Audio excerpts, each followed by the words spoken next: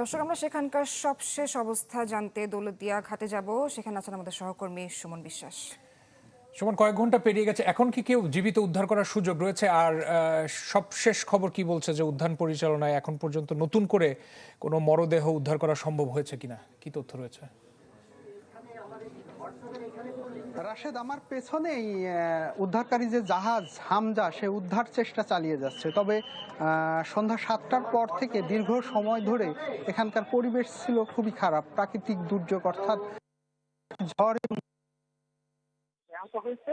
এর বাইরে এখন পর্যন্ত সেই কোনো মৃতদেহ কিন্তু উদ্ধার করতে পারেনি এবং বাকি উদ্ধারের তারা চেষ্টা করে যাচ্ছে এবং এখানকার নেটওয়ার্কের অবস্থা খারাপ থাকায় গণমাধ্যম কর্মীরাও আমরা সঠিকভাবে কাজটি করতে পারছি না। আরেকটি বিষয়, বাসের যাত্রী যারা ছিলেন তাদের স্বজনরা এর মধ্যে ঘাটে এসে কিন্তু ভিড় করছে এবং তারা যেটি বলছে যে দীর্ঘ সময় পেরিয়ে গেলেও এই বাসটি তারা শনাক্ত করে রেখেছে কিন্তু উদ্ধার করতে পারেনি। সবকিছু মিলিয়ে এই যে উদ্ধার তৎপরতা নিয়ে ক্ষুব্ধ এই তাদের স্বজনেরা এবং যে উদ্ধার করে হাসপাতালে নেওয়ার পরে দুজন যে নারী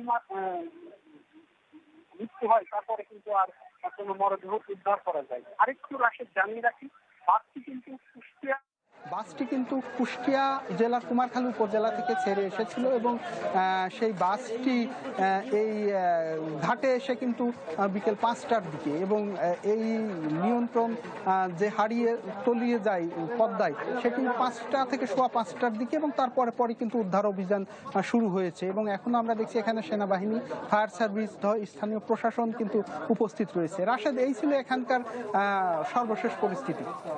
সুমন, অনেক ধন্যবাদ যুক্ত হওয়ার জন্য। বিশেষ করে টেলিভিশনের পর্দায় যে ফুটেজ দেখছিলেন সেটা দুর্ঘটনার কিছুক্ষণ পরের, তবে এখন পর্যন্ত উদ্ধার অভিযান পরিচালনা করছে, বাসের অবস্থান শনাক্ত করা গেছে এবং উদ্ধার কাজ এখন পর্যন্ত পরিচালনা হচ্ছে বলে আমাদের নিশ্চিত করলেন সুমন বিশ্বাস। কালার এক্সপার্ট ডার্ক স্যাপ এবং মাইল্ড অন হ্যান্ডস টেকনোলজি সমৃদ্ধ অরিক্স অ্যাডভান্স ডিটারজেন্ট পাউডার, আপনার লন্ড্রি এক্সপার্ট।